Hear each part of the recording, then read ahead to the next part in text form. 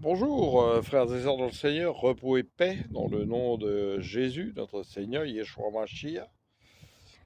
Euh, le Seigneur nous dit, cherchez premièrement le royaume et sa justice, et le reste vous sera donné par-dessus tout. Il nous dit également que de ne pas rabâcher les prières sans cesse, car notre Père sait ce dont nous avons besoin avant même que nous lui demandions.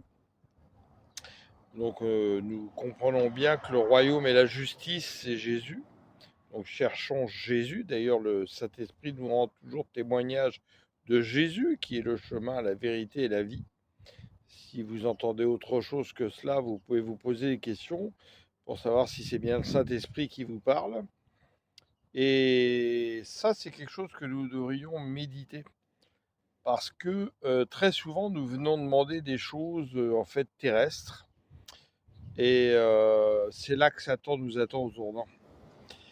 Parce que lui peut vous les offrir aussi. Et là, dans ces cas-là, nous sommes en train de monnayer notre âme sans nous en rendre compte. Et les choses terrestres vont commencer à devenir la priorité par rapport aux choses de Dieu. Et la Bible déclare justement à quoi servirait-il à un homme de posséder le monde, en fait, d'avoir toutes les choses du monde s'il perdait son âme.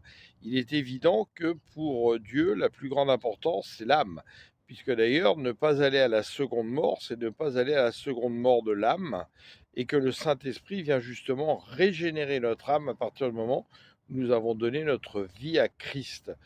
Donc, soyons très très attentifs à tout cela.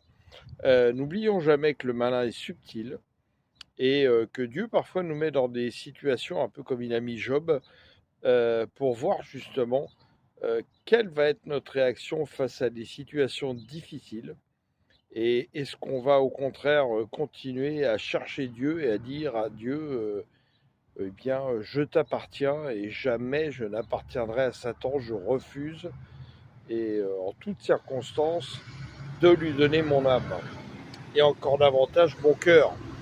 On voit bien justement dans Ésaïe 7,15 qui est prophétique, que même Jésus a dû choisir entre le bien et le mal, qui prophétisait quand il a été transporté au désert, ensuite en haut du temple, où Satan est venu essayer justement de le ramener à lui, pour le faire empêcher la mission, lui qui était pourtant fils de Dieu. Nous n'échapperons pas à cela. Alléluia.